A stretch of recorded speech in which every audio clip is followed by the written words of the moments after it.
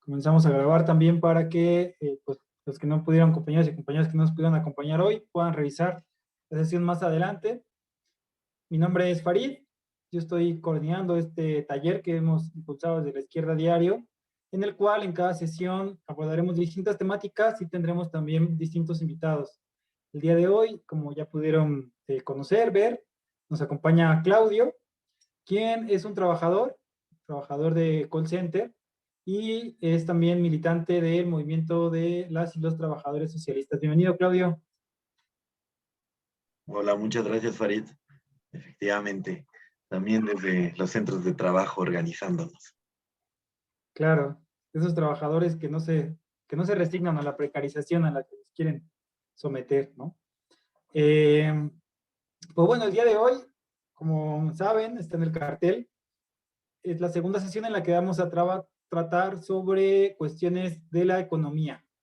Junto con Claudio preparamos una exposición en la que buscaremos abordar distintos conceptos, abordar también algunas otras aportaciones que hizo Marx, y también discusión justamente con la teoría económica liberal, con la teoría económica burguesa. Vamos a poder hacer algunos ejemplos, etcétera, ¿no? La idea es que pueda también pues servir para conocer esta parte del marxismo. Como sabemos, discutíamos la sesión pasada, ¿no? Tiene distintas aristas, distintas formas de abordarse, ¿no? Esta escuela de pensamiento, esta corriente teórico-política, aporta desde el campo de la filosofía, desde las ciencias sociales, desde la sociología, etcétera. Y bueno, desde la economía también es muy estudiada, ¿no? Los aportes que hizo Marx sirven para entender el presente, para entender el sistema capitalista que nos toca vivir, y sobre todo también con el objetivo de buscar su transformación.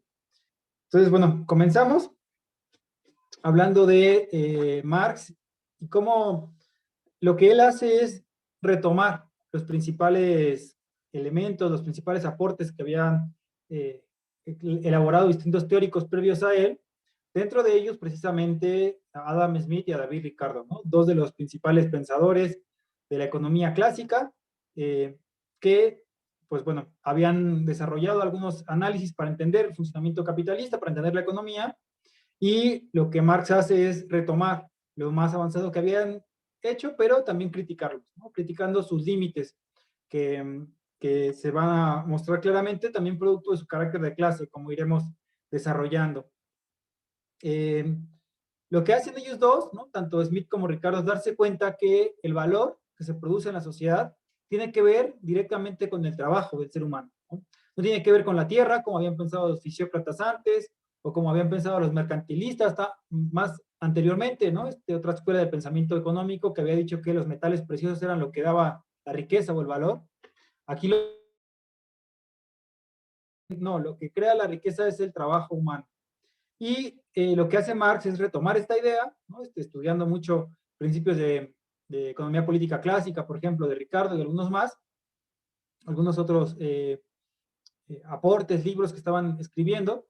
Sabemos que Marx se mete a desarrollar su teoría económica en la última parte de su vida, en la Biblioteca de Londres, ¿no? Él se mete a estudiar ahí la economía, y lo que hace justamente es profundizar algunos aspectos que pues no llevaron hasta el final. Por ejemplo, David Ricardo, porque esto hubiera significado pues ir en contra de los propios intereses de su clase, de la clase burguesa, ¿no? De los propietarios.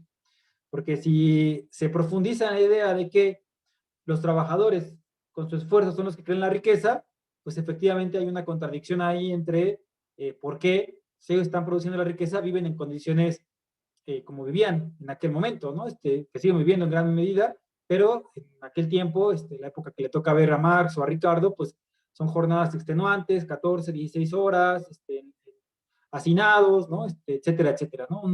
Unas condiciones muy precarias de la clase trabajadora que no cambiaron hasta que se lograron organizar y empezaron a luchar por sus reivindicaciones, conquistaron sindicatos, conquistaron legislaciones laborales, conquistaron incluso pusieron en pie partidos y organizaciones políticas que defienden sus intereses, ¿no? Entonces, Marx lo que hace es sistematizar estos estudios, profundizarlos y desarrollar categorías que después le darían sustento a lo que se conoce como la teoría del valor marxista, o la teoría objetiva del valor, que en última instancia lo que hace es develar o clarificar que el capitalismo es un sistema de explotación, donde unos pocos propietarios se enriquecen a partir de explotar o sacar jugo de el trabajo de la inmensa mayoría asalariada. Esta teoría, por otro lado, intentó ser rápidamente refutada por los teóricos de la economía burguesa, ¿no? Por los teóricos liberales, eh, porque, pues, digamos que ponía en cuestión el sistema que defendían y no les importó refutar o no tomar en cuenta, digamos, los aportes de el que después llamarían el padre de la economía, como era Adam Smith, ¿no? Eh, digamos que los liberales retoman algunas ideas de los pensadores clásicos como Smith y Ricardo, ideas que pueden ser un poco más tangenciales, aunque ayudan a entender el mercado capitalista, pero el núcleo de su teoría, la teoría objetiva del valor, no les importa, ¿no? Dicen que ahí se equivocaron, y bueno, es de alguna manera lo que principalmente retoma Marx de ellos, para introducirlo en una teoría que ya estaba él, digamos, elaborando, profundizando, que como veíamos retoma desde el punto de vista de la dialéctica de Hegel, retoma también discusiones históricas, etcétera, y pone en práctica la organización política de los trabajadores para lograr una transformación y para lograr también sus reivindicaciones, sus derechos, ¿no? Ahora, para hablar de la teoría económica que desarrolla Marx, hay que hablar también de la mercancía, esta discusión que se ha introducido mucho, distintas análisis, economistas, etcétera, y que para Marx, digamos, si uno lee El Capital, por ejemplo, pues inicia desarrollando toda una discusión sobre la mercancía, el valor de uso, el valor de cambio, etcétera, ¿no? Y eso lo hace porque para Marx la mercancía representa la célula fundamental de la sociedad capitalista. Ahí digamos que se concentra o se puede, si se analiza, se puede develar una serie de cosas a su alrededor. Eh, entonces, para Marx, retomando tanto a estos autores que ya mencionábamos como a otros anteriores, incluso Aristóteles hablaba de estos temas, del valor de uso, por ejemplo, de las mercancías o del valor, Marx lo retoma y plantea o sistematiza bien esta idea, ¿no? Por una parte, las mercancías son productos que se realizan, se producen, pero no para el autoconsumo. Es decir, por ejemplo, si uno hace una comida y se la come, pues no lo está haciendo con el interés de venderla, ¿no? Y así se puede pensar en instrumentos del hogar, etcétera, etcétera. Obviamente, en las comunidades más primitivas, ¿no? O digamos, en otros periodos de la historia, pues mucho de lo que se producía en una tribu, en una sociedad, no era para intercambiarse, era únicamente para el autoconsumo. La principal característica de la mercancía es que está hecha para intercambiarse. Bueno, es una de sus principales características. Si no, es un producto que no está pensado en esa lógica, digamos, capitalista, ¿no? Si bien había también mercancías en otras sociedades, como en el feudalismo, ¿no? En los mercados que había, por ejemplo, en los reinos, o las sociedades mesoamericanas, ¿no? Donde también había mercados y se intercambiaba. La diferencia es que en la sociedad capitalista todo está organizado en función de la producción de mercancías. Es lo que más peso tiene, ¿no? Y es lo que ordena el mercado, pensando además que lo que buscan los capitalistas es venderlas, producir y vender para obtener ganancias. Es decir, todo está organizado en función del orden del mercado y la ganancia capitalista. Esa es una diferencia muy importante con respecto a otros medios de producción anteriores, ¿no? Y cada mercancía, estos productos hechos especialmente para el intercambio, tienen dos cualidades. Por una parte, que tienen un valor de uso, que significa que tienen una utilidad, o sea, uno compra una chamarra para ponérsela cuando hace frío, uno compra una silla para poderse sentar, etcétera, ¿no? O sea, es la utilidad particular que tiene que ser, digamos, socialmente útil, si no, no se produce y no se va a vender, ¿no? Claramente. Y por otro lado, esto recuérdenlo porque después cuando analicemos un poco más adelante el tema de la teoría del valor subjetiva, bueno, cuando vemos los ejemplos que ponen muchas veces, no toman en cuenta esto, ¿no? Que Marx decía, una mercancía tiene que tener valor de uso y valor de cambio. La discusión de valor de cambio es un tanto no, más compleja porque tiene que ver con cómo, o sea, con el valor de cada mercancía concretamente, ¿no? ¿Valor con respecto a qué? Valor con respecto a otra mercancía. Siempre se comparan así, ¿no? Acá tenemos que tomar en cuenta, por ejemplo, que eh, una mercancía, con respecto a otras, lo que tienen en común es que tienen un trabajo abstracto. ¿Qué es el trabajo abstracto para Marx?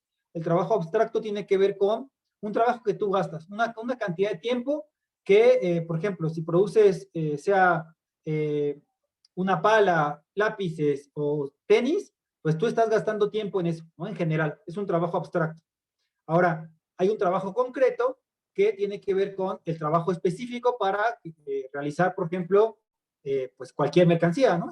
Una chamarra, unos lápices, una computadora, etcétera. Ahí hay un trabajo concreto que es para cada mercancía, pero todas tienen un trabajo abstracto y se intercambian por equivalentes que tienen que ver con cuánto te tardas tú en hacer algo, en producirlo, cuánto te tardas tú en hacer otra cosa. Por ejemplo, podríamos traer un ejemplo en la actualidad, ¿no? Si te gastas 100 en producir, pongamos este ejemplo, una sociedad ocupando los adelantos científico-tecnológicos que están en un momento específico, momento dado, gastan 100 horas en producir un auto. Ahora, para producir una computadora, pueden gastar 20 horas. Entonces, la equivalencia sería, yo te doy 5 computadoras si tú me das un auto, ¿no? Ahí está una equivalencia, digamos, de 1 a 5. Tiene que ver con esto, o sea, con que ambas te gastaste un tiempo como sociedad en poderla realizar y se pueden equivaler, ¿no? Ahora, no se intercambia así como podría ser en el trueque, sino que se intercambia a partir de introducir la mercancía dinero. Después, si les interesa más profundizar en esto, seguramente podremos abrir otros cursos o espacios de discusión donde se profundice, por ejemplo, la mercancía dinero, etcétera, las distintas cualidades que tiene. Pero aquí lo único que tomar en cuenta es que el dinero funciona como un equivalente general, ¿no? Y ahí se refleja el valor de cada mercancía en el mercado y así se va generando este funcionamiento, digamos, de lo que se conoce como la teoría objetiva del valor. Ahora bien, lo que estamos viendo aquí es que las cosas valen porque traen incorporado trabajo. Y un trabajo medido en un tiempo socialmente necesario para producir una mercancía. ¿Por qué socialmente necesario? Porque no se produce de forma individual, sino que de manera colectiva, una sociedad, se gasta determinado tiempo, como decíamos, con determinada maquinaria, con determinados instrumentos, etcétera, y así se determina cuánto vale una mercancía. Sin embargo, aquí hay que tomar en cuenta algo, y es que no, o sea, lo que vale y lo que es lo que se expresa en precio en el mercado, no necesariamente no son iguales, digamos, no tienen un signo de igual, ¿no? Vamos a abordar un poco esta idea. Eh, el funcionamiento del mercado capitalista y el análisis que hace Marx toma en cuenta cómo se desarrolla, por ejemplo, la oferta y la demanda. Pero esto no invalida la ley del valor, que estamos hablando del tiempo que se tarda cada mercancía. Cuando Marx elabora su teoría, sobre todo después de la Comuna de París, ¿no? Porque digamos que al inicio lo elabora, etcétera, no tiene cierto alcance en los círculos de la izquierda y demás, pero cuando se desarrolla esta primera revolución obrera, ¿no? Donde los obreros en la capital parisina logran hacerse con el poder y construir otro tipo de sociedad, aunque fuera por unos meses, el problema es que pues rápidamente se preocupa, ¿no? La burguesía, su intelectualidad intenta elaborar una teoría que refute las ideas de Marx, que estaban muy fuertemente, digamos, tenían una base muy sólida, porque venían precisamente de los aportes de David Ricardo y demás, ¿no? Y elaboran lo que se conoce como la teoría subjetiva del valor. La teoría subjetiva del valor lo que va a plantear es que las cosas no valen y no se relaciona el valor de las cosas con el trabajo, por lo tanto, digamos que quitan el peso a los trabajadores, sino que las cosas valen porque qué tanto están apreciadas en el mercado como un consumidor, ¿no? O sea, tú decides cuánto vas a pagar, es lo que vale.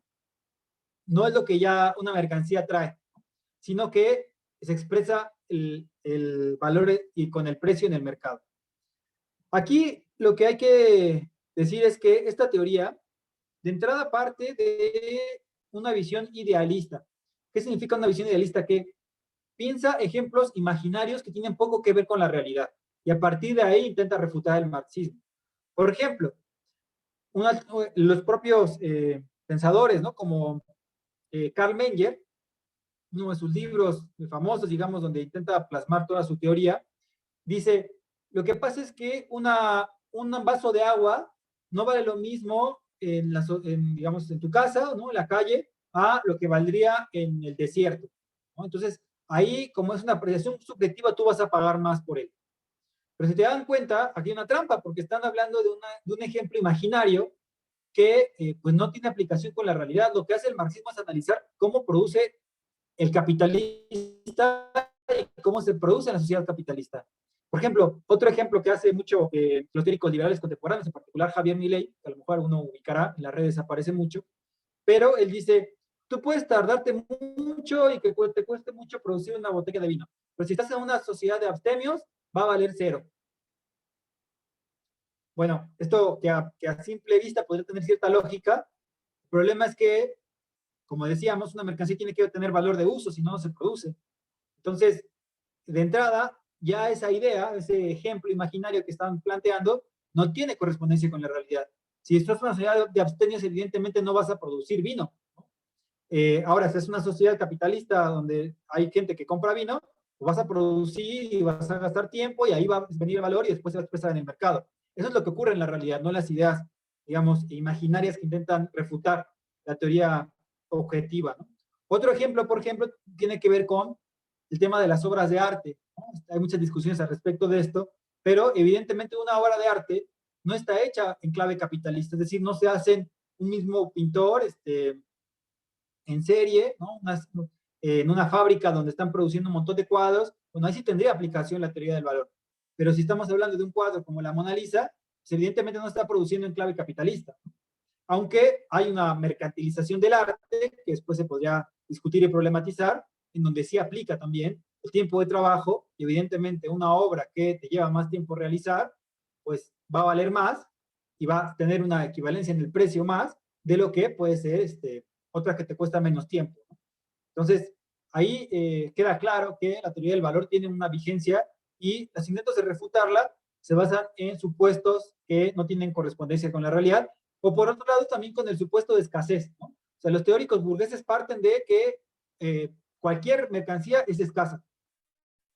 Y uno puede decir, bueno, hay efectivamente un nivel de producción, podríamos hablar de bienes escasos, podríamos hablar de recursos naturales finitos, etcétera, pero lo que no toman en cuenta, en última instancia, retoman la visión de Malthus, ¿no? Malthus, paréntesis, también el otro teórico de la economía clásica, ¿no? De la economía burguesa, que lo que planteaba es que, pues, había demasiada población, se reproducía muy rápido la población con respecto a lo que se producía de comida. Y esto iba a llevar a que hubiera hambrunas, a que hubiera, etcétera, situaciones, digamos, de miseria. Y lo que había que hacer era que hubiera plagas para que se matara una buena parte de la población, que hubiera guerras o que hubiera hambrunas, ¿no? Y así se podría controlar la población. Es un punto de vista de pues, alguien que pertenece a la élite dominante y que elabora una idea y una teoría para mantener su sistema, ¿no? Lo que no se da cuenta es que la producción y la incorporación de la productividad y la incorporación de los adelantos científico-tecnológicos pueden hacer que se produzca más alimentos incluso de lo que se necesita como población. Lo mismo podríamos hablar de los recursos escasos, que los teóricos burgueses, ¿no? Parten de esta idea, pero pues no necesariamente tienen que ser escasos. Por ejemplo, si se sabe utilizar los adelantos científicos tecnológicos para que sea sustentable determinada producción de bienes naturales, ¿no? Pues no tienen por qué ser escasos, pueden satisfacer perfectamente las necesidades de todos, pero no piensan en clave de la planificación y de la resolución de los problemas sociales, sino en clave de la ganancia capitalista y parten también de que, bueno, la escasez también es un factor para tomar en cuenta a la hora de determinar el valor de las mercancías, ¿no? Para ir avanzando, acá hay una cuestión que vale la pena tomar en cuenta, que es que, como decíamos, el valor y el precio no son iguales. Por ejemplo, una mercancía puede valer 100, ¿no? Promedio, si tomamos en cuenta los distintos tiempos y costos que se realizan para producirla, pero en el mercado con la oferta y la demanda puede haber una cierta variación, ¿no? A lo mejor es entre 120 y 80, lo que puede traducirse el precio. Producto de cómo esté la competencia en la rama, producto de qué adelantos científicos tecnológicos tenga la competencia, etcétera, etcétera. Marx toma en cuenta esto, o sea, no es algo que no contempla, pero esto no refuta la teoría del valor en ningún sentido, ¿no? O también pueden darse otras cuestiones como pues que haya situaciones ex, extraordinarias, ¿no? Como podría ser un huracán, como podría ser una guerra, como podría ser algo que dispara los precios, ¿no? En determinado momento, pero pues esto es algo temporal y en última instancia cuando se reacomoda un poco el mercado capitalista, vuelve a haber una cierta correspondencia entre el valor y el precio, ¿no? Por todas estas razones es que, o sea, por esta forma de intentar refutar la teoría del valor, es que Marx llama a estos teóricos como pensadores vulgares. La economía vulgar, habla Marx. Y también se conoce como una pseudociencia. Bueno, para ir terminando esta primera parte, vamos a introducir la categoría y la discusión que tiene que ver con el plusvalor, la plusvalía, a partir de explicar que Marx retoma una idea de Ricardo, pero la contrasta y la supera. Marx dice, el trabajo es lo que crea la riqueza, perdón, Ricardo dice, el trabajo es lo que crea la riqueza y a los trabajadores se les paga su trabajo. Y Marx dice, bueno, pero hay un problema porque ¿de dónde está saliendo el extra? Lo que Marx va a plantear es que no se les paga su trabajo a los obreros, se les paga únicamente lo que vale su fuerza de trabajo. Su fuerza de trabajo es una mercancía que va a introducir Marx en el análisis, que su principal cualidad es que cuando la compra el capitalista, compra la mercancía fuerza de trabajo y con su utilización va a obtener más de lo que le cuesta. Ese es el valor de uso de la mercancía fuerza de trabajo, que el trabajador con su esfuerzo produce más. Si el patrón le está pagando 100, el trabajador con su esfuerzo produce 120. Ese extra no está pagado. No, ya es un plusvalor que ya no le costó al capitalista. Y bueno, precisamente el valor de cambio, si decimos todas las mercancías tienen valor de uso y valor de cambio. Bueno, la mercancía fuerza de trabajo ya vimos cuál es el valor de uso que tiene. Su valor de cambio sería lo que cuesta reproducir al trabajador. Lo que cuesta que regrese al día siguiente a trabajar, que podríamos meter ahí lo que cuesta alimentarse, lo que cuesta su vivienda, lo que cuesta su vestido, y también lo que cuesta, por ejemplo, el tema de su reproducción, ¿no? O sea, porque hay que pensar que en algún momento, y sobre todo cuando hablamos de trabajadores industriales, ¿no? Son los que le toca ver a Marx, que siguen existiendo hasta el día de hoy, pasa algo que es que a veces se conoce como que se rompe, ¿no? Se gasta. El nivel de explotación es tal que llega a un punto en una edad medianamente temprana del trabajador que no puede seguir laborando porque ya no aguanta sus brazos, porque no tiene esa capacidad, porque ya se lastimó en la fábrica, en la maquinaria, etcétera, etcétera. Y lo que tiene que asegurar el capitalista es que con el pago de la fuerza de trabajo también venga incluido el tema de sus hijos, ¿no? Su descendencia. Aquí introducimos una discusión que se ha desarrollado más recientemente, sobre todo algunas teóricas marxistas, profundizando en algunos esbozos que ya planteaba Marx en el tomo 1 del Capital, en donde se hablaba de la reproducción de la fuerza de trabajo y la importancia que tenía. Y en este tema de la reproducción de la fuerza de trabajo, se contempla precisamente pues todo lo que implica, por ejemplo, las labores domésticas, ¿no? La cocina, la limpieza, cuidado de los hijos, etcétera, etcétera. Nuestra reproducción que pasa de forma invisibilizada en la sociedad capitalista, ¿no? Que recae la mayoría de las veces hasta el día de hoy, aunque ha habido una incorporación muy importante de mujeres en el mercado laboral, pero aún así las labores domésticas siguen recayendo sobre las mujeres y aquí esta discusión de la reproducción de la fuerza de trabajo puede dejar claro o deja, sí, de forma muy visible, ¿no? La forma en que el sistema capitalista aprovecha la opresión patriarcal milenaria que tienen las sociedades humanas, ¿no? Para sacar ventaja.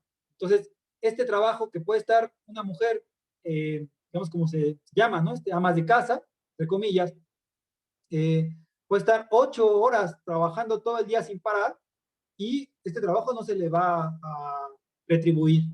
Únicamente el patrón paga al trabajador para que siga trabajando, pero no toma en cuenta este otro trabajo invisibilizado que recae, como decimos, sobre los hombros de las mujeres y que en última instancia es muy funcional que sea así para el capitalista, ¿no?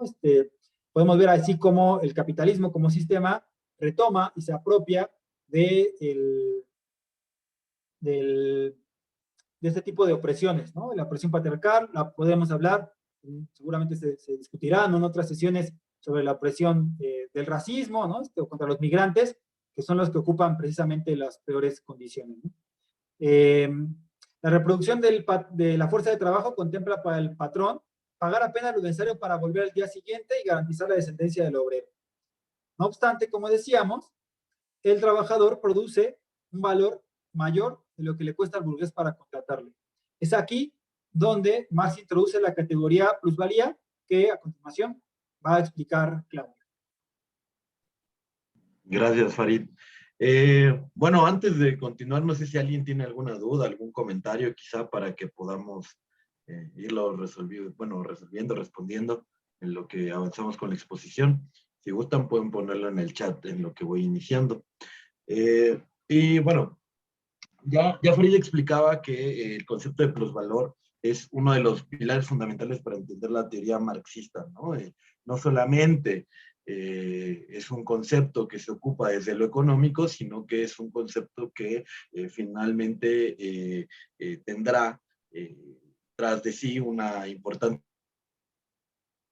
carga política y filosófica, ¿no? También entendiendo que Marx no hizo solo economía, sino que hizo un apartado teórico-político para intentar transformar la realidad, ¿no? Pero entonces, pues, ¿qué es la plusvalía, no? Como ya se explicaba anteriormente en la sesión pasada, en todas las clases, en todas las sociedades divididas en clase hay un excedente social que es apropiado por una clase poseedora, mientras que la clase desposeída que produce este excedente es privado del mismo, ¿no?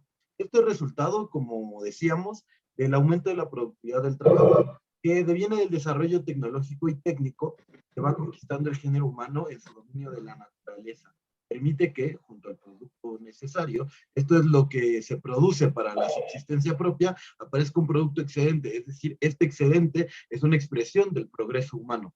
Pero en el capitalismo, la apropiación de esto está perfeccionada. Ya no se tiene que arrebatar del producto de su trabajo a nadie mediante métodos de coerción extraeconómica, como eran los regímenes esclavistas, los regímenes feudales, las sociedades prehispánicas, sino que en el corazón mismo del proceso productivo se encuentran los mecanismos por los que se consuma el robo de este producto excedente. Digamos, es muy importante pensar que, o reconceptualizar que la extracción de plusvalía en realidad para la teoría marxista es el secreto del robo capitalista, ¿no? Pero ahora veremos cómo se da este robo, ¿no? Antes de eso queremos adelantar que en la sociedad capitalista la plusvalía es la forma monetaria que adopta el excedente social del cual se apropian los burgueses. Y esta es arrebatada a los trabajadores al realizar un intercambio comercial porque la fuerza de trabajo finalmente es concebida como una mercancía. Entendida como tal, comparte, como ya decía Farid, la cualidad de tener un valor de uso y un valor de cambio, siendo la particularidad de la fuerza de trabajo que solamente, digamos que lo que se le da al obrero por ofrecer esta mercancía es solamente el valor de cambio, mientras que por otro lado, o bueno, más bien, este valor de cambio, es decir, a lo que se le paga, el salario, a lo que nos pagan es la capacidad por poner en función el cuerpo, los músculos, el cerebro, los nervios, esto para realizar alguna actividad, así como, digamos que tiene también el valor de ser el mínimo necesario para el mantenimiento de estas capacidades, es decir, para medio comer, para tener un hogar, para poder al día siguiente tener ropa, para asistir al trabajo, sin que sea lo suficiente para que se pueda acumular. Es decir, tú como trabajador o nosotros como trabajadores con nuestro salario muy difícilmente o básicamente es imposible salir de nuestra condición de digamos de asalariados, ¿no? Porque el salario está pensado justamente para que no tengas la posibilidad de no volver al día siguiente y que tengas la obligación básicamente de, por el gusto de tener que comer o por la subsistencia, tener que regresar al trabajo.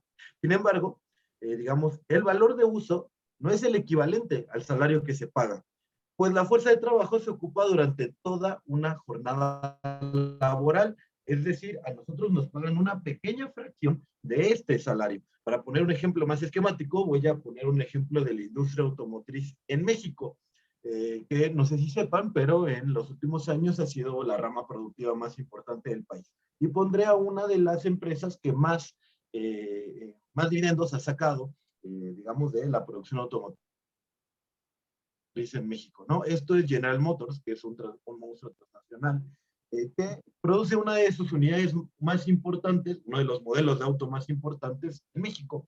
Esta es la Chevrolet Silverado, seguramente todo el mundo las conoce, se parecen a las Cheyennes del comercial famosísimo. Y esta Chevrolet Silverado, que es la versión de lujo en realidad, en su versión más austera, para el mercado actualmente tiene un precio de 799,900 pesos. Y en 2019, solo en México, se produjeron 205,221 unidades de este automóvil. Si consideramos que este modelo se produce en General Motors Silao, que actualmente ha tenido un conflicto por la sindicalización y lucha contra la CTM, ahí hay alrededor de 6,400 trabajadores y trabajadoras, y el salario promedio de un operario de planta ronda los 7,300 pesos. Este en realidad es el salario más alto para alguien que está en el servicio de producción. Y pues si tenemos estas cifras, no tenemos que hacer otra cosa más que algunas simples sumas, multiplicaciones y restas, para darnos cuenta de cómo solo de este modelo en particular hay una extracción de plusvalor importantísima que la patronal de General Motors se apropia sobre la base de la sobreexplotación de sus trabajadores, ¿no? Solo para que pongamos un ejemplo, solo de estas unidades, digamos con las cifras que yo acabo de dar, la ganancia que se obtiene son 164,156,277,900 pesos. Mientras que el salario mensual de todos los trabajadores, considerando que tuvieran el salario más alto, apenas asciende a 46,860,800 pesos. Aún si nosotros descontásemos el salario anual de todos los trabajadores de la planta, que asciende a 562,329,629 pesos, con 629, la cifra total de la ganancia solamente por la Chevrolet Silverado que General Motors obtiene está arriba de los 163,000 millones de pesos. ¿Qué quiere decir? El secreto del robo capitalista está entonces en que esa pequeña fracción, ese valor de cambio que se nos paga a los y las trabajadoras, lo que garantiza es que alguien o alguienes obtengan inmensas y millonarias riquezas del trabajo ajeno. Sin embargo, digamos, esta manera muy esquemática, digamos, Marx en el siglo XVIII lo explicaba de otra manera. Él decía que a los y a las trabajadoras se les pagaba 4 horas de su jornada laboral en el momento en el que existía la jornada de 4 horas, porque ahora ya ni eso, mientras que había otras 4 horas que eran apropiadas íntegramente por, digamos, por el burgués o por el patrón, ¿no? Sin embargo, la plusvalía, como muchos de los procesos del capitalismo que Marx explicó en el siglo XIX, se han transformado. ¿Por qué? Porque hay una ambición capitalista por maxificar la obtención de las ganancias, es decir, maxificar la obtención de plusvalor. Y en ese sentido, en la sociedad actual, se han ocupado los avances técnicos y tecnológicos para perfeccionar estos mecanismos de explotación. En ese sentido, digamos, lo que han logrado es que en un mismo tiempo de trabajo puedan obtener mucho más dinero del que obtenían con anterioridad. Podrían señalarse otros ejemplos, pero en suma, en la actualidad, se usa, por ejemplo, la automatización de ciertos procesos productivos para aumentar las ganancias.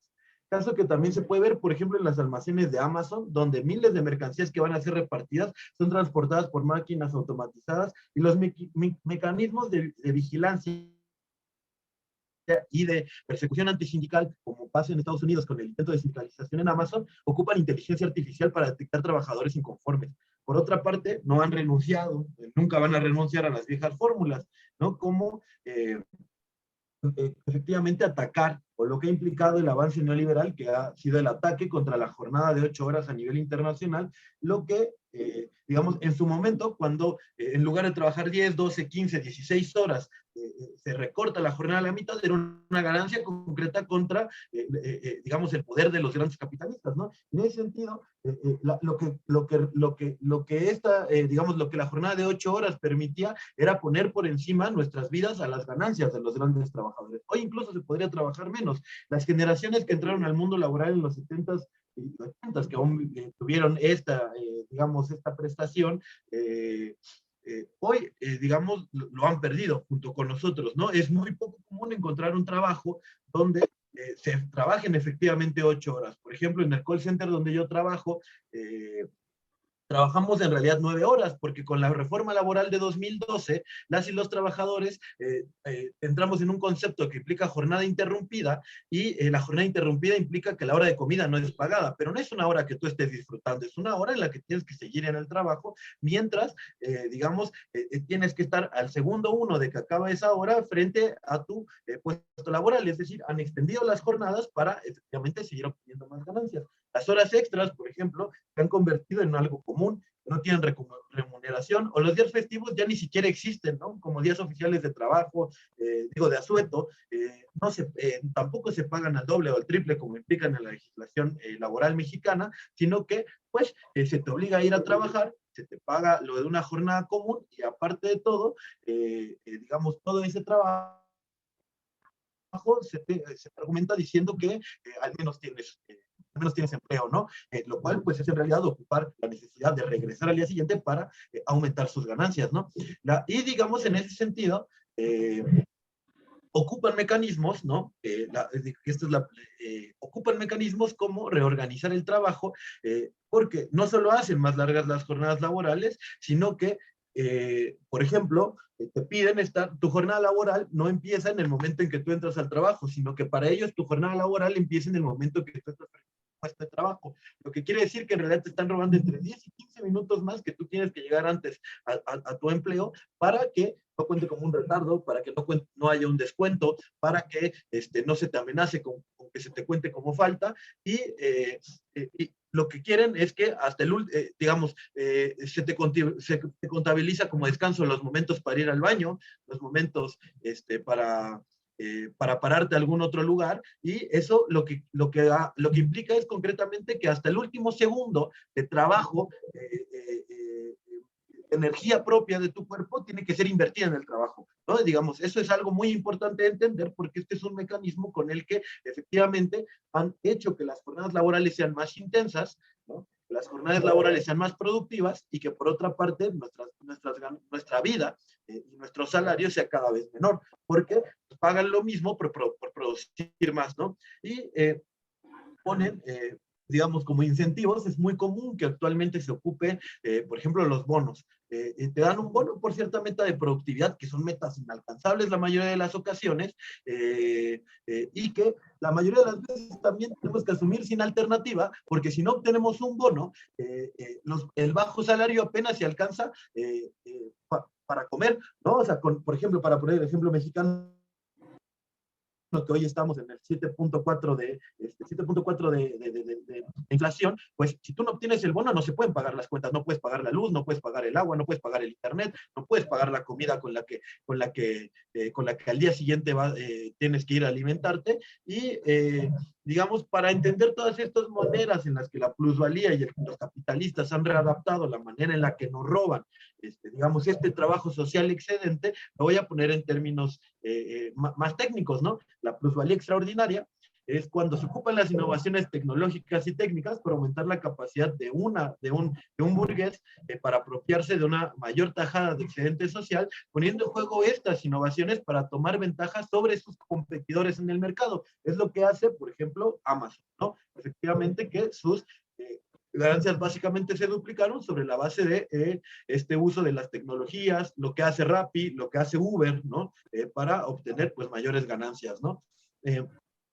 Mientras que la plusvalía absoluta no es otra cosa que aumentar las jornadas laborales, es decir, acabar con la jornada de 8 horas, aumentar el tiempo de trabajo que se mantiene, que es productivo y donde incluso se puede, incluso ocupan cosas como las jornadas dinámicas o la flexibilidad laboral para pues que se pongan las horas extras como una necesidad, no como algo extraordinario, no como algo que se va a pagar más, sino como algo a lo que estás obligado o obligado a acceder. Y por su parte, la plusvalía relativa se basa en aumentar los ritmos de trabajo, reordenar la organización del mismo y también el uso de las tecnologías para reducir el tiempo de trabajo socialmente necesario para la producción de ciertas mercancías y, por tanto, también aumentar el excedente social que se genera en esa jornada.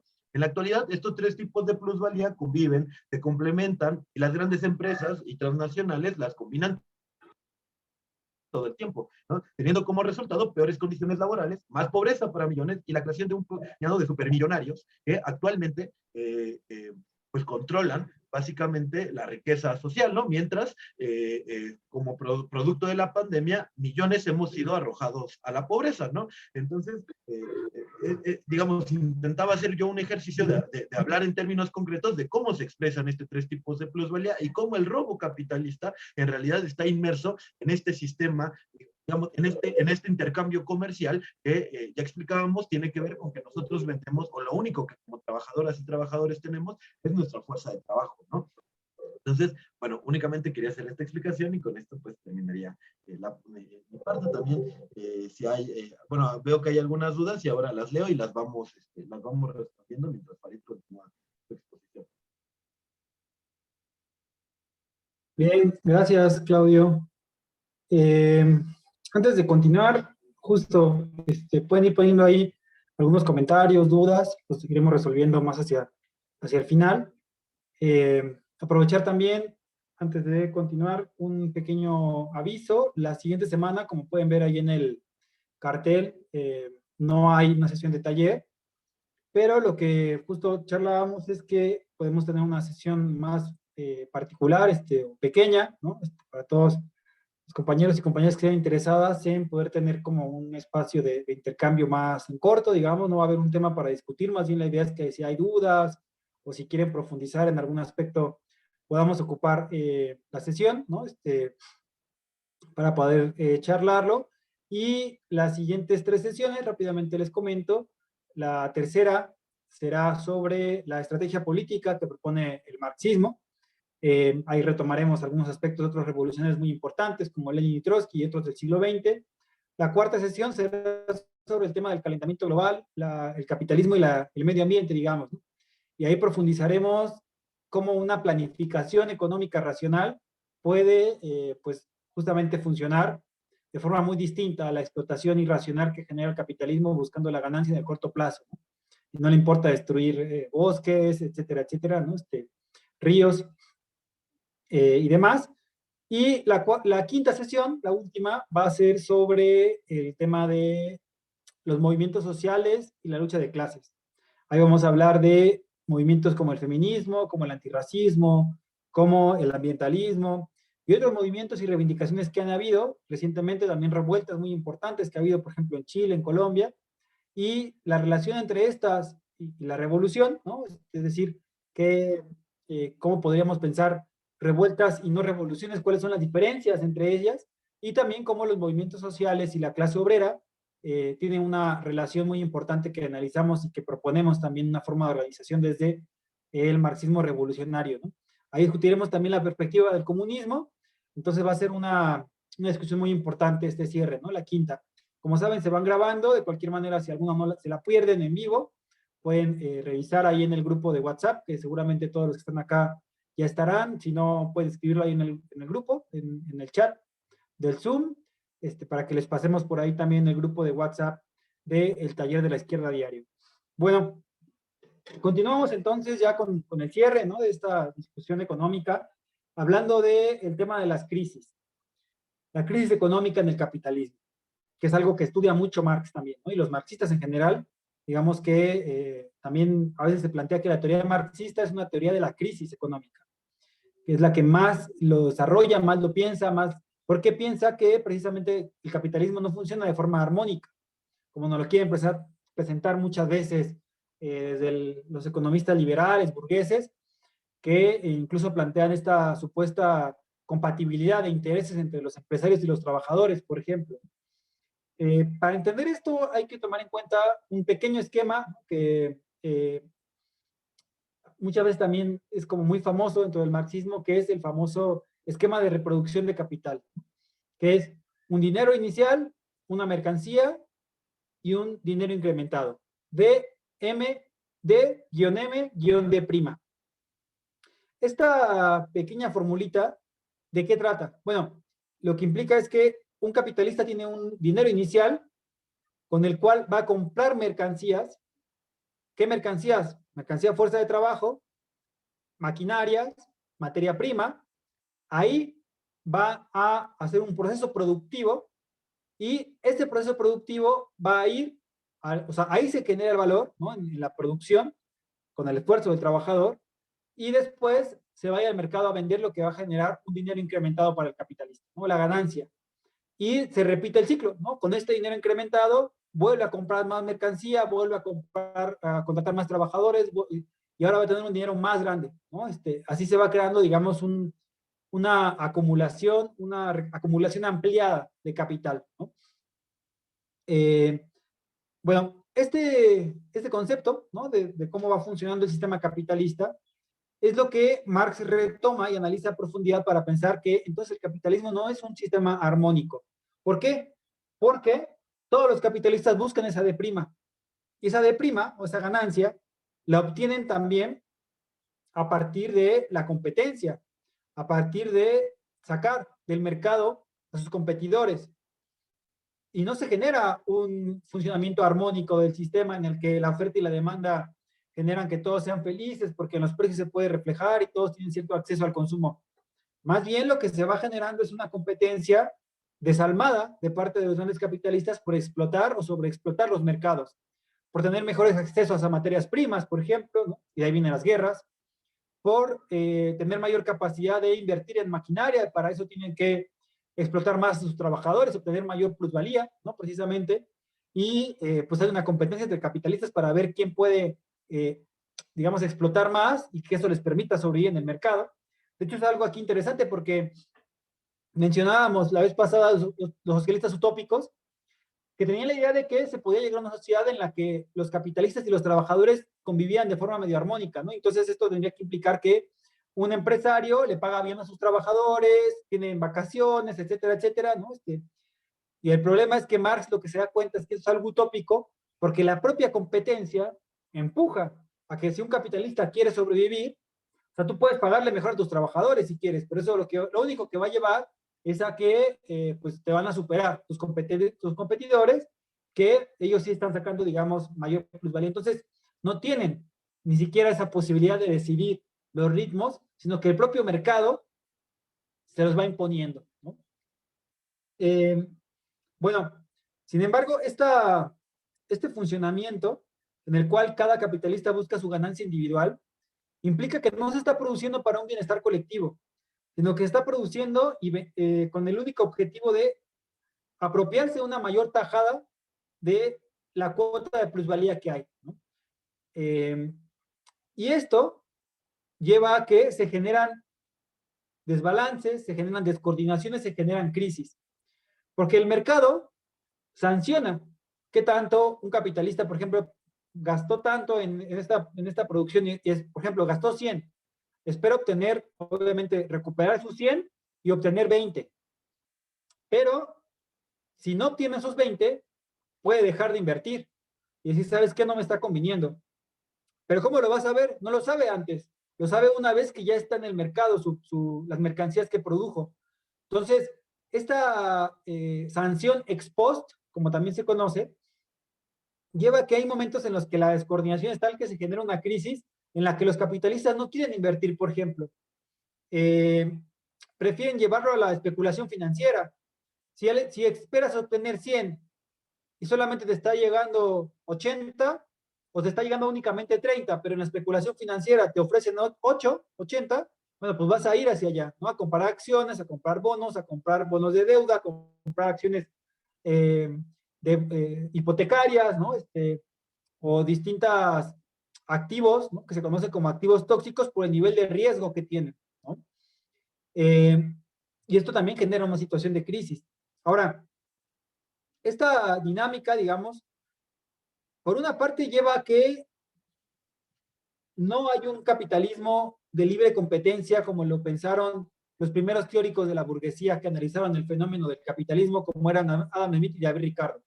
Ellos veían un capitalismo donde todavía no había grandes monopolios, donde todavía no había grandes oligopolios, donde, digamos, aunque había condiciones de explotación muy fuertes, pues, digamos que sí había muchas opciones en las que, pues, si tú no querías comprar aquí, podías ir y comprar en otro su competencia, y eso hacía esta idea utópica en la que, digamos, el consumidor, este, eh, por su propia acción en el mercado, hace que haya mejores eh, mercancías con mejor calidad, porque si no, se los llevan puestos las competencias. El problema es que cuando ya hay monopolios y cuando hay oligopolios, pues en realidad se ponen de acuerdo entre ellos. Por ejemplo, entre los bancos, por ejemplo, entre las armadoras de autos que decía Claudio, por ejemplo, entre las... Uno piensa, bueno, ¿cuáles son las grandes? Hay un montón de ramas de la industria que están fuertemente controladas por unos pequeños consorcios que entre ellos se ponen de acuerdo y que elevan el precio, por ejemplo, de determinados bienes, determinadas mercancías. Entonces, ahí hay un tema que Marx se da cuenta, si tú dejas actuar el mercado, como hablan mucho, ¿no? Los liberales, de que no intervenga el Estado, etcétera, etcétera, lejos de apuntarse a un mercado de libre competencia, lo que se va a hacer es cada vez una mayor concentración, unas pocas manos, en las empresas que logran adelantar o incorporar adelantos tecnológicos, como ya decía Claudio, y generar plusvalía extraordinaria, que quiebra sus competencias, las compran, las hacen más pequeñas, etcétera, y se crean grandes monopolios, grandes conglomerados, grandes corporaciones que son después las que controlan el mercado. Y eso es algo que ya preveía Marx. Marx ve el capitalismo inicial, pero sus análisis nos sirven mucho en la actualidad para entender cómo funciona un sistema que se ha expandido por todo el globo, ¿no? Ahora, el tema de las crisis es importante porque si decimos que no funciona de forma armónica, tiene que ver con que se van generando contradicciones. El capitalista depende de vender la mercancía que produce, porque aunque cada mercancía ya tiene un plusvalor potencial, podríamos decir, hasta que no se vende, hasta que no se realiza la plusvalía, como también se conoce ese proceso, es que se convierte eso en una ganancia constante y sonante que implica, digamos, un dinero extra para el capitalista. Si no se logra vender, pues está perdiendo. Aunque haya plusvalía potencial en esa mercancía porque ya se produjo, porque ya se gastó esfuerzo, etcétera, etcétera, ya se desgastó la fuerza de trabajo en ella, si no se vende, ahí hay un problema. Entonces, lo que ocurre es que como ellos buscan obtener mayor plusvalía a partir de aumentar los ritmos de explotación, pues generan mercados laborales en los que lo común es que sean salarios bajos, los que sean poca capacidad del ingreso, digamos, y pues después, ¿quién compra? Ahí está una contradicción. O sea, porque dependen de vender, pero si los salarios que ofrecen son cada vez más bajos, bueno, ¿cómo van a poder vender? Un mecanismo que aceita el funcionamiento del mercado es el crédito. El crédito funciona, permite que, por una parte, los trabajadores, digamos, aunque estén súper cansados y muy explotados, pues por lo menos es un placebo, muchas veces funciona como eso, tienen una cierta capacidad de consumo. Pueden tener un celular, pueden tener incluso a lo mejor algunos que están un poco más acomodados, un auto, ¿no? Que van pagando de aquí a 5 años o a 3 años. Una casa casi no. La realidad es que muy pocos sectores de la clase trabajadora pueden pensar en comprarse una casa en la actualidad. Podemos pensar que en el pasado sí, ¿no? Pero, digo, aunque lo lograran, pues a partir de juntar créditos de Infonavit, etcétera, lo pagan a 10, 15, 20 años. Es el crédito lo que permite que se mueva el sistema, no por los salarios que tienen. El problema es que llega un punto en el que está tan endeudada la sociedad que pues los inversionistas y los especuladores se dan cuenta que no van a poder eh, recuperar esa deuda que tienen, nunca se va a poder pagar, y también ahí se expresa una situación de crisis importante, ¿no? Esto fue lo que pasó, por ejemplo, en 2008, en la crisis de las hipotecas subprime en Estados Unidos, una sociedad que está sobreendeudada, producto de esta idea de, digamos, consumir, consumir, ¿no? Entonces, una forma de crisis tiene que ver con esto, con la sobreproducción, ¿no? Hay demasiadas cosas en el mercado. Rafa lo decía en la sesión pasada, como que había demasiada civilización, dice Marx en Manifiesto Comunista, ¿no? Aunque todavía el Manifiesto Comunista no tiene ese nivel, digamos, de profundidad que después desarrollaría Marx en el Capital. Pero ya se daba cuenta, digamos, de esta situación, ¿no? Ahí se generan las crisis económicas. Pero no es la única forma de generación de crisis económica. Marx analiza que la crisis no tiene una sola causa, ¿no? Sino que se combina una serie de factores. Por otra parte, lo que decíamos es que pues hay muchas veces en las que no se puede generar una tasa de rendimiento elevada. Y eso tiene que ver con algo muy importante, por ahí comentaban justamente en el chat una situación importante. Hay una tendencia que analiza Marx, o sea, fíjate la cantidad de conceptos y de teoremas y de leyes que desarrolla Marx en la teoría marxista, ¿no?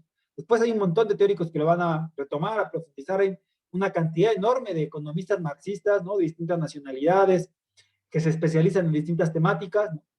Para esto, cuando un liberal diga es que los socialistas no saben de economía, pues en realidad es un ignorante que no sabe que ha habido grandes genios, incluso reconocidos por la propia pensamiento burgués, que son marxistas, ¿no? O que retoman del pensamiento de Marx para analizar la economía y la crisis.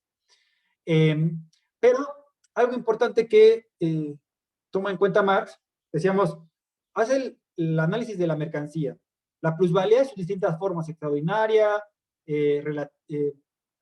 la plusvalía relativa y la plusvalía absoluta. Habla, por ejemplo, de la Ley General de Acumulación Capitalista, que era esta idea de D, M, D', y también hace otra de las principales aportaciones, o digamos lo más importante, que es la tendencia decreciente de la tasa de ganancia.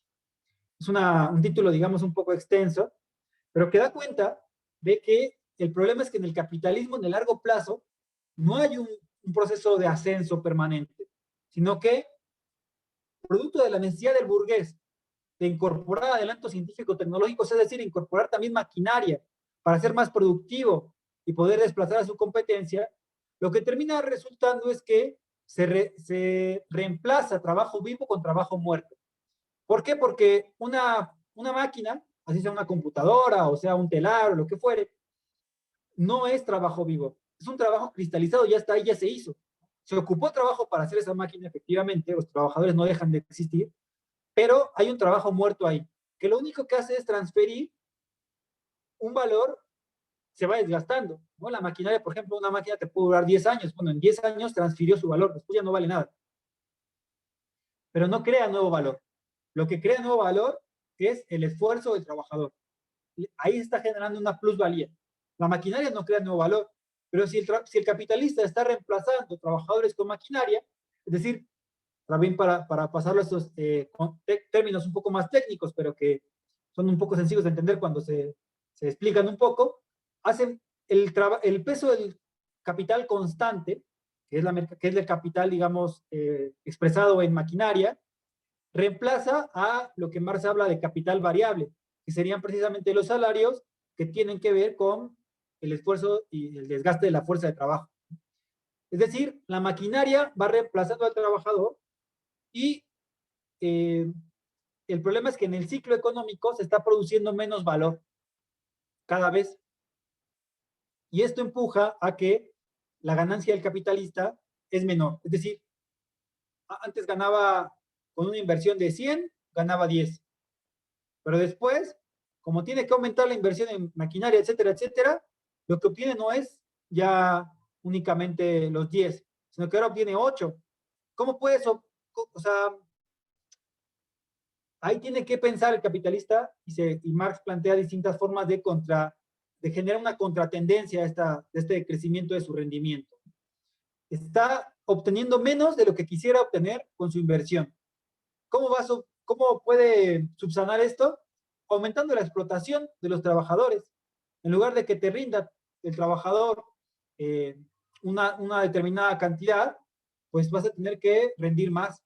Vas a tener que trabajar horas extras, vas a tener que venir los sábados, vamos a reducirte tu hora de trabajo, de descanso, de comida a media hora, con todas estas cuestiones que ya mencionaba Claudio, ¿no? Desde la computadora que te va marcando el ritmo hasta una cámara que te está checando.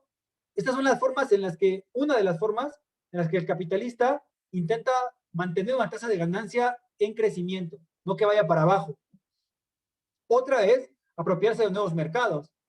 Por ejemplo, si llega a un nuevo país, eso pasó cuando se abrió la Unión Soviética, ¿no? Cuando cayó el muro de Berlín, porque ahí lo que ocurrió es que pues se abre un nuevo mercado, que era todos los países de Europa del Este, etcétera, y ahí el capitalismo, por ejemplo, tuvo un nuevo aire, ¿no? Desde la crisis que venía de los años 70, la caída, digamos, del boom, o el fin del Estado benefactor, del boom de la posguerra, en este momento el capitalista, digamos, como que abrió su panorama, ¿no? Dijo, bueno, ahora voy a invertir en todo lo que es Europa del Este o en China.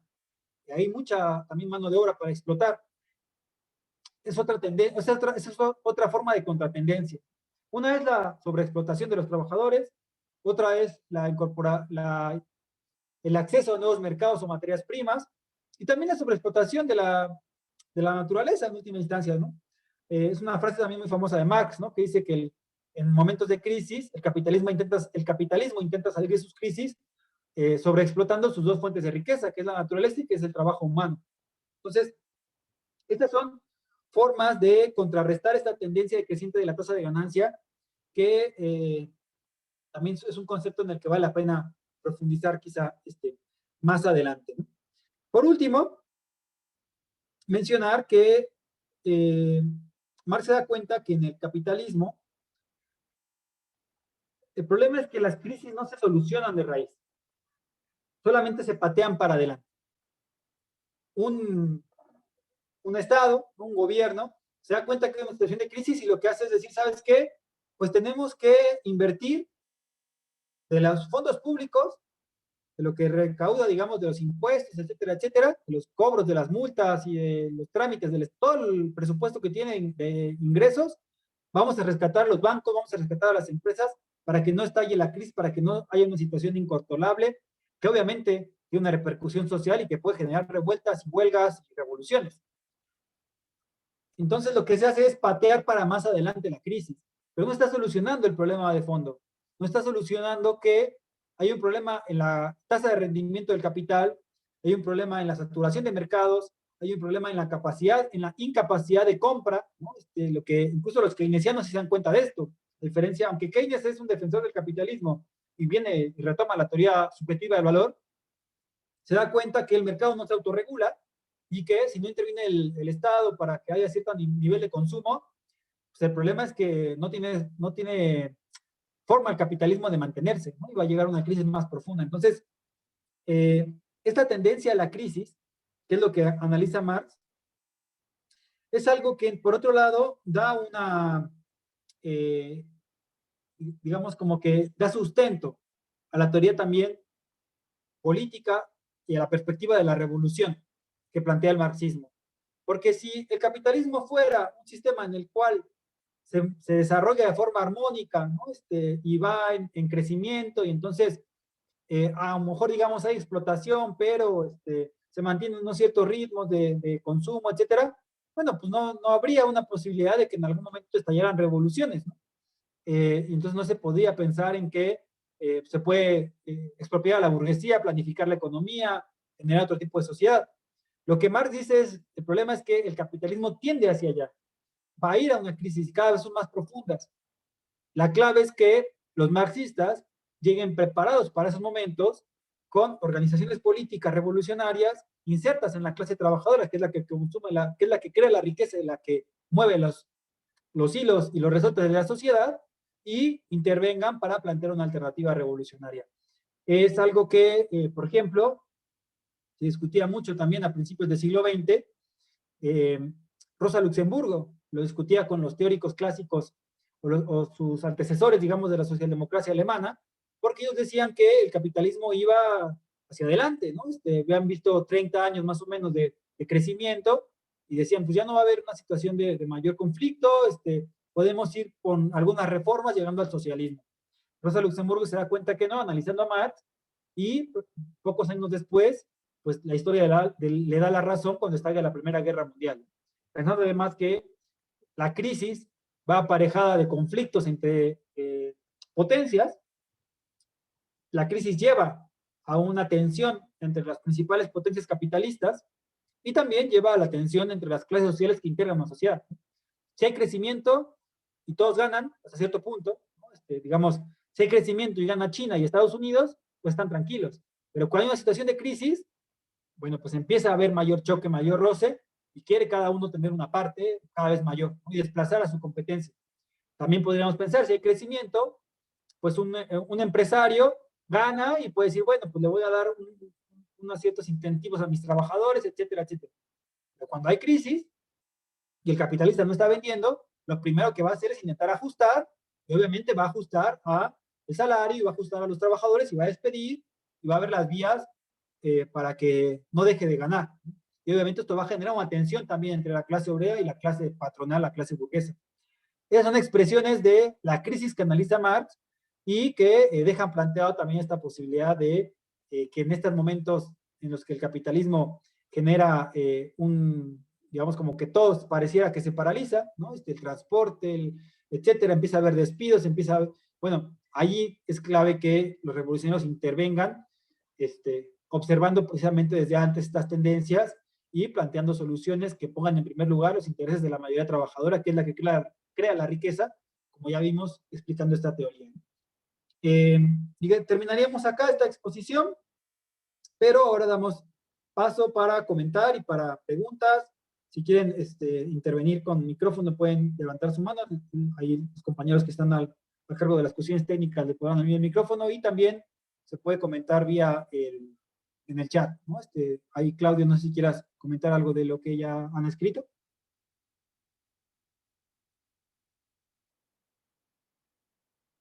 Está por ahí. Vamos a ver.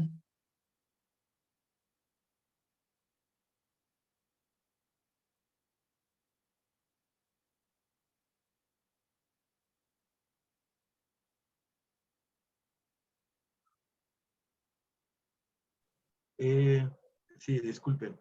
No, ¿por qué ha hecho la burguesía para contrarrestar la caída de la tasa de ganancia, o más bien la tendencia de la caída de la, de la tasa de ganancia?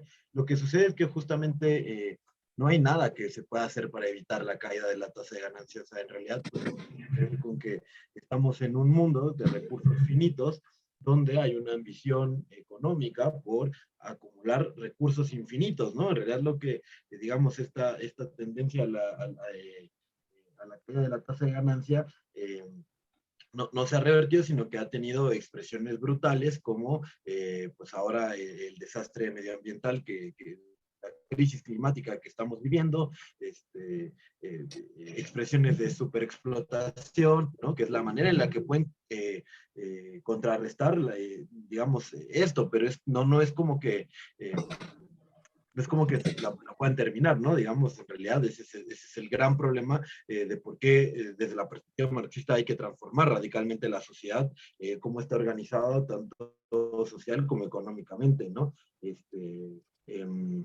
Desde la perspectiva marxista, a mí, ¿qué me parece o cómo puede problematizarse el fenómeno del emprendimiento? Lo que sucede es que no es lo mismo tener un pequeño negocio, un pequeño comercio, es decir, un local de algo, un negocio, un pequeño negocio propio, como podría ser incluso una papelería, una tienda, un pequeño lugar de alimentos, ¿no? Que en realidad es una manera de autoexplotación, porque en lo que hace, digamos, a la competencia dentro de la economía capitalista, pues en realidad nunca van a poder ni superar, ni siquiera medianamente acercarse a lo que implica pues, los grandes monopolios, ¿no? Es decir, un pequeño restaurante, un pequeño puesto o una pequeña idea no puede superar a una gran industria, un gran monopolio, ¿no? Por tanto, pues bueno, en realidad el emprendimiento pues acaba siendo una manera de autoexplotación que tendencialmente acaba por desaparecer o a ser absorbido por estas grandes empresas o a irse a la quiebra, ¿no? Eso, digamos, para ponerlo en un ejemplo, ¿no? Eso, más o menos. Muy bien. Gracias, Claudio. No veo ninguna mano levantada. Hay una pregunta que tiene que ver con esta cuestión de las criptos, muy, muy en boga también, ¿no? El tema de las criptomonedas, el Bitcoin. Bueno, ahí, pues lo que podríamos comentar brevemente es que pues tiene que ver con la especulación financiera, tiene que ver con la incorporación también de, digamos, adelantos tecnológicos, ¿no? Para generar eh, algoritmos, para generar logaritmos, para generar una forma, digamos, de una moneda virtual que se mina y que de entrada para ser minada gasta muchísima energía, ¿no? También por otro lado, el tema de las criptomonedas es algo que está muy cuestionado porque funciona para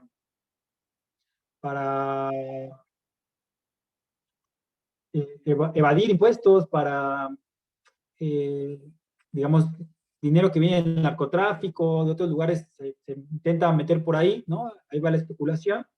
Y como sabemos es también bastante volátil, ¿no? Inestable. Ahí ya Nayib Bukele, el presidente de El Salvador, pues bueno, lo ha comprobado, ¿no? Que no es una cuestión, en donde hay cierto momento de capitalismo, digamos, pujante, podría, o sea, como que mantiene un cierto nivel y valor, pero el problema es que cuando llega en crisis, las inversiones van a lo que es realmente algo que no se va a esfumar, se van al dólar, se van al oro, ¿no? Y las criptomonedas caen por los suelos, ¿no? Pero bueno, es una discusión también bastante importante, interesante, que vale la pena. Y hay algunos análisis interesantes también, si ustedes se buscan en la izquierda diario, me parece que un compañero que se llama Egbert hizo un análisis interesante, un acercamiento desde la teoría marxista al tema de las criptomonedas, que les recomiendo que puedan revisar. Ahí, si hay algún otro compañero o compañera que quiera participar, participaciones no muy extensas, unos 3 minutos más o menos, para que no se extienda tanto y ya vayamos cerrando esta segunda sesión. No sé, también alguna otra pregunta por ahí.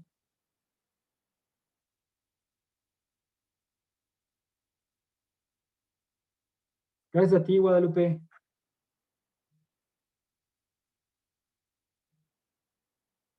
Hay una manita levantada de Yuri Sainz. Si pueden apoyarnos ahí dándoles abriéndole el micrófono, porfa.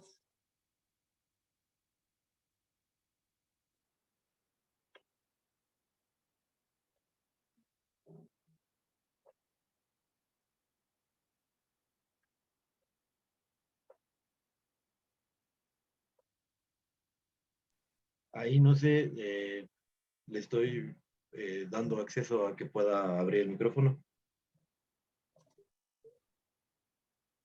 No entiendo. ¿Aló? Ahí está, ya se Ahí escucha. estás. ¿Aló? ¿Me escuchan? Ahí te escuchas, Yuri. Adelante. Bueno, soy Yuri Sainz de Nicaragua. ¿Cómo podría introducir? Bueno, no soy joven como ustedes. No miro tengo como restringido la forma de tener mi imagen. Pero me escuchan, ¿sí? Sí, te escuchas. Bueno, realmente yo tengo, no, como les dije, no soy tan joven. Tenía rato de no tener una formación marxista-leninista así formal. Como militante revolucionario, creo que he estado siempre al pie del orden. Y yo no sé si alguna vez ustedes, porque no puedo criticarlo, es una iniciativa muy bella, muy linda. Sí, se puede hacer como una especie de que el pensamiento de Marx se lleve hasta nuestros días. y se hable en lenguaje de la actualidad del 2022, no solo hablar de lo que él escribió, porque al final él digo, no soy un dogma, soy una parte de acción y el enriquecimiento es parte de la acción de que cada uno, de que cada una de las circunstancias se hace. Y yo creo que sería bueno después de esta parte teórica hacer una, como diríamos yo, de las experiencias de los compañeros de las diferentes horizontes y que digan, aquí hacemos el marxismo de esta manera en Argelia, aquí hacemos el marxismo desde Chile, aquí hacemos el marxismo de Cuba, hacemos el marxismo de Rusia, de Nicaragua. Yo soy nicaragüense, tengo 45 años de militancia, comencé 20 años a ser marxista-leninista. Ahora decimos que nuestro andar es el paso de cada día, ¿verdad? Ya no somos marxistas-leninistas, pero eso no nos aleja del marxismo. Yo me considero marxista-leninista. Hicimos la guerra de liberación, la guerra de defensa en nombre del pensamiento de Marx y estamos construyendo una patria, creo que de todos construida, porque al final tenemos que sumar las cosas y entonces yo digo que debería haber un espacio de las experiencias. Ahí, Ok. y ahí dejo. Gracias. De acuerdo, gracias, Yuri. Saludos hasta... Tengo 60 años, marxista-leninista, y ustedes están haciendo una labor muy noble como jóvenes. Gracias, Patria Yuri. libre morir. Muchas gracias y saludos hasta Nicaragua. Este taller justo ha tenido compañeros y compañeras de Colombia, de Guatemala, ahora de Nicaragua. Qué bueno que estés por allá y seguramente que podremos también intercambiar un poco más de experiencias a lo largo del taller y también en la próxima sesión, como decíamos, que no es una exposición de un tema, sino que la idea es justamente poder profundizar un poco más en algunas dudas, comentarios y también pues aprovechar para conocernos un poco más, ¿no? Todos que estén interesados, nos conectaremos la siguiente semana. Creo que hay otra mano levantada por ahí. Vamos cerrando. Recuerden 3 minutos para no extendernos demasiado. Adelante, le pueden dar la palabra a Onésimo. Ya. También estaba el Abdiel, pero bajó la mano. Ok. Adelante. Ok, muchas gracias. Igual no sé, una disculpa. Se me fue la luz, se me acabaron los datos. Estoy de nuevo aquí. Me perdí parte de la sesión, pero ahorita con los comentarios, preguntas que plantean ahí en el chat, que veo que ya han respondido algunos compañeros. Pues bueno, rápido. Marx escribe sobre economía desde temprana edad. Hay algunos textos que se conocen después de que muere Marx, otros fueron pronunciados a modo de discurso en los círculos obreros. Antes de los tiempos del Manifiesto Comunista, hay un texto que se llama Trabajo asalariado y capital, que se escribió en 1847, 1849. Se publica en el 49, después del manifiesto, y ahí ya Marx tiene nociones muy claras que se van a trabajar en el capital, en los primeros capítulos, donde se tocaría el tema de la mercancía. Después, pues bueno, está el texto célebre, ¿no? De los manuscritos filosófico-económicos del 44. Y pues bueno, ahí se pueden mencionar otros textos como la de 1859, ¿no? La contribución.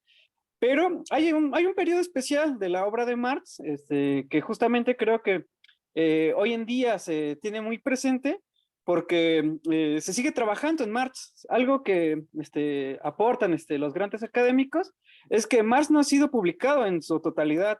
Todavía se sigue estudiando y publicando las obras de Marx. Y esto, pues a nosotros como jóvenes nos es muy útil porque estamos acercándonos a un Marx, ya sin la cortina de acero que significó el estalinismo en la URSS, el bloque soviético, y nos permite justamente este acercamiento, ver a un Marx más serio, en su laboratorio de conocimientos, que son los Grundrisse. Y pues bueno, ahí se ve una serie de modificaciones en su pensamiento. Nada más hay como anotarlo rápidamente porque son 3 minutos. Eh, y creo que en este periodo que va de 1857 a la cuarta redacción del Capital de 1867 y ya después la quinta redacción que le va a tocar escribirla después de la Comuna de París. La Comuna de París fue en el 71. Él va a escribir la quinta redacción en 1872. Esa es la redacción que nosotros leemos en la edición que nos da el Fondo de Cultura y en la del siglo XXI, que me parece que es la mejor. Hay algo que plantea Aymar sobre el trabajo adjetivado, y creo que es importante ahí que le da como una profundidad al carácter del trabajo como pues valor adjetivado, es decir, el trabajo que aporta el trabajo en el espacio de la fábrica capitalista, ahí lo mencionaba Farid, lo menciona Marx también, que es la fuerza de trabajo. La fuerza de trabajo la contiene el trabajo vivo, y el trabajo vivo es la clase trabajadora, es el sujeto vivo. El sujeto vivo va a objetivar el valor, el portador del valor, su vida en la mercancía, en el producto. Un Entonces, minuto. sí, cierro. A mí sí me hace muy, muy, muy interesante esto porque en última instancia lo que objetiva el trabajador es vida en la mercancía, en el producto. Y esta objetivación de la vida es de la cual depende el capital. Es decir, depende en última instancia de la vida que puede pues explotar de la clase trabajadora. Y bueno, ahí Marx mencionará al capital como trabajo objetivado, trabajo acumulado, muerto. Entonces, la posición que va a hacer Marx en estos años va a ser una dialéctica entre la vida y la muerte. La vida del trabajo vivo, de la clase trabajadora, y la muerte del capital como trabajo muerto, como trabajo objetivado. Entonces, la teoría del valor trabajo, en ese sentido, tiene una profundidad enorme que creo que pues justo la teoría subjetiva del valor no le da el traste y por eso pues se apuntala desde otros lados para tratar de desmeritar. Bueno, eso. Bien, muchas gracias. Ahí hay un comentario de Carlos. Bienvenido, compañero. Efectivamente, más allá de algunas diferencias que podamos tener, está bueno tener este tipo de espacios que participen y que podamos intercambiar al respecto. Seguramente te podrá también llamar la atención la siguiente sesión que tiene que ver con estrategia política, ¿no? Para pensar una transformación revolucionaria de la sociedad. Y tomamos en cuenta también el tema de que sirven efectivamente tener presentaciones para que acompañe la cuestión visual. Gracias por tus comentarios. Creo que no hay ninguna otra, ni nadie está alzando la mano. Podemos ir cerrando. No sé si quieras algún comentario de cierre, Claudio. Ah, Abdiel alzó la mano, perdón. Con Abdiel cerramos y vamos a los comentarios de cierre. Si pueden darle el micrófono. ¿Se me escuchan? Sí, te escuchas. Bien. ¿Qué tal? Buenas tardes. Soy Abdiel, estudiante de la ENA y titulado de la economía. Tengo una cuestión sobre lo que estaban comentando en cuestión de lo que es la plusvalía y todo lo que es el trabajo asalariado. Se ha también visto, o no me dejan de mentir, de que en algunos sindicatos, no todos, que han obtenido ventajas sobre el obtener cuotas sindicales sobre lo que es defender todo lo que son los derechos de los trabajadores y eso. Y en esa cuestión se ha visto como en el sindicato de trabajadores del Petróleos Mexicanos y del minero, eso, ha habido líderes sindicales que han obtenido ganancia en esa parte y ha obtenido cosas lujosas como Deschamps, el yate y uno que otro propiedad.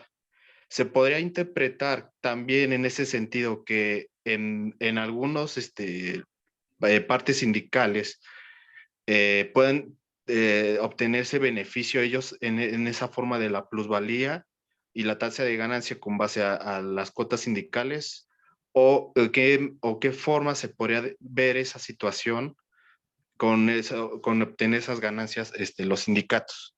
Bueno, esa sería como la pregunta que quería resumirlo. Gracias. De acuerdo, muchas gracias, Adiel. Pues la contestamos entre los Gracias, dos, ¿no, Abdiel. Claudio? Si quieres, tú Yo, puedes abordar una parte y yo contesto también algunas otras cosas y vamos cerrando. No, por lo que dices, Abdiel, digamos, es que es un fenómeno distinto, ¿no? Digamos, porque en ese sentido más bien es la creación de una burocracia, digamos, en el seno de los sindicatos, que implica también, o por ejemplo en la CTM concretamente, en todos los sindicatos CTMistas, implicó una intervención estatal sobre estos organismos que efectivamente eran organismos de los trabajadores y donde fueron en algún momento organización de trabajadores y que acabaron, o la intervención estatal y la burocracia sindical los acabó convirtiendo en aparatos de control político, social y corporativo, ¿no? Digamos, en México el corporativismo ha sido muy importante y efectivamente se construyen como una casta en algún momento quizá pudo haber provenido de los trabajadores, pero que después, digamos, se ponen como una casta aparte, ¿no? Digamos, pero no es el fenómeno de la explotación, ¿no? Es decir, no se están enriqueciendo del trabajo, del trabajo asalariado, ¿no? Sino que más bien construyen su riqueza así sobre, podríamos decir, un robo, ¿no? Porque las cuotas sindicales no necesariamente son un robo, sino que es el dinero que los trabajadores aportan para mantener una organización sindical, pero que ocupan para desviar fondos, desviar recursos, obtener prebendas de partidos políticos burgueses, ¿no? Llámese el PRI o llámese cualquier otro, ¿no?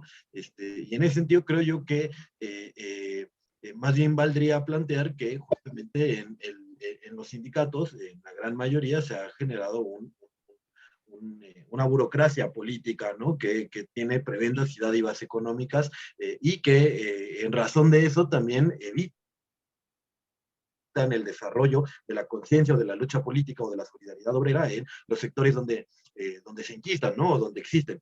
Eh, Eso, digamos, ¿no? A grandes rasgos. Es otra discusión que vale mucho la pena, ¿no? Pero, por ejemplo, donde yo trabajo no hay sindicato, ¿no? Y hoy, concretamente, apostar por una lucha política de organización de los y las trabajadoras implicaría la construcción de un sindicato, un sindicalismo de otro tipo, ¿no? Pero bueno, no, digo, discusión de otro día y de otro momento, pero es importante la situación de los sindicatos actualmente es para quienes militamos o para quienes queremos transformar la realidad, es una discusión muy importante.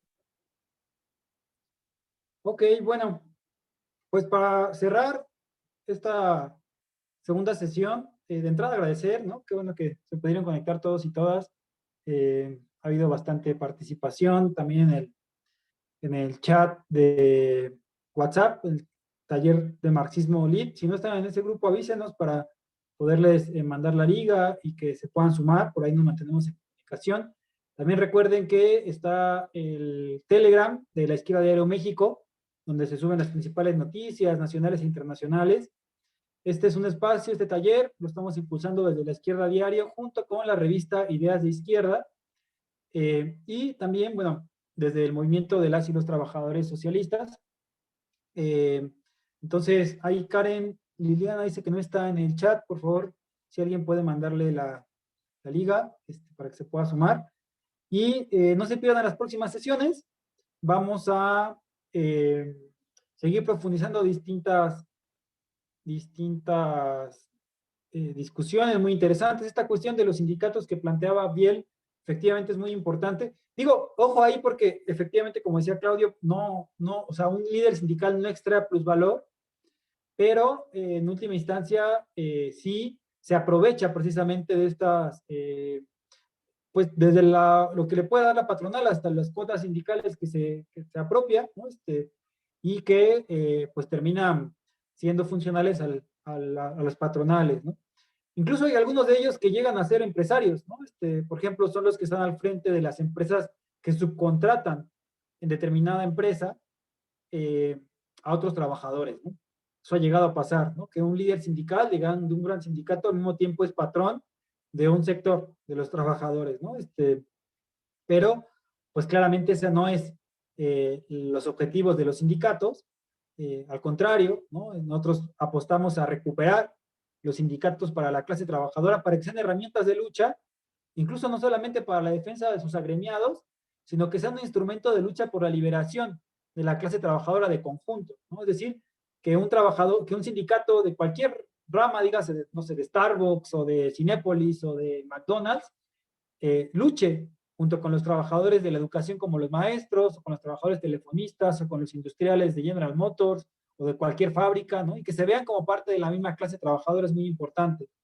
Efectivamente, hay algunos sectores, por ejemplo, petroleros, que se mencionaba, que busca a la patronal permanentemente y el gobierno mantener ciertas concesiones o ciertos salarios elevados y cierta, digamos, derechos que en otros sectores no se dan. Y tiene que ver con que, pues, imagínense ustedes si un día hay una huelga general de trabajadores petroleros en México, pues se para todo el país, ¿no? O sea, el gobierno estaría en crisis porque es un sector estratégico. Entonces, de ahí la importancia de que esos sectores abracen y conozcan y se organicen, ¿no? Abracen las ideas revolucionarias, las ideas del marxismo, se organicen y bueno, es una tarea que nosotros asumimos como que es algo que tenemos que llevar adelante, ¿no? Los que impulsamos este taller junto con mucho más compañeras y compañeras que invitamos también a que nos conozcan y a que se sumen a las distintas iniciativas y que sean parte de la comunidad de la izquierda a diario que sigue creciendo a nivel internacional. Con esto terminaríamos esta segunda sesión. Muchas gracias a todos y todas que estuvieron por acá. Los esperamos el siguiente sábado a las 6 de la tarde. Recuerden que nos vamos a ver para profundizar en algunas dudas y para conocernos. Y en 15 días es la tercera sesión del taller sobre la cuestión de la estrategia política. Ahí discutiremos a Lenin, discutiremos a Trotsky. Va a estar muy interesante, no se lo pierdan. Gracias, Claudio, qué bueno que pudiste estar por acá. Y gracias a todas por estar también.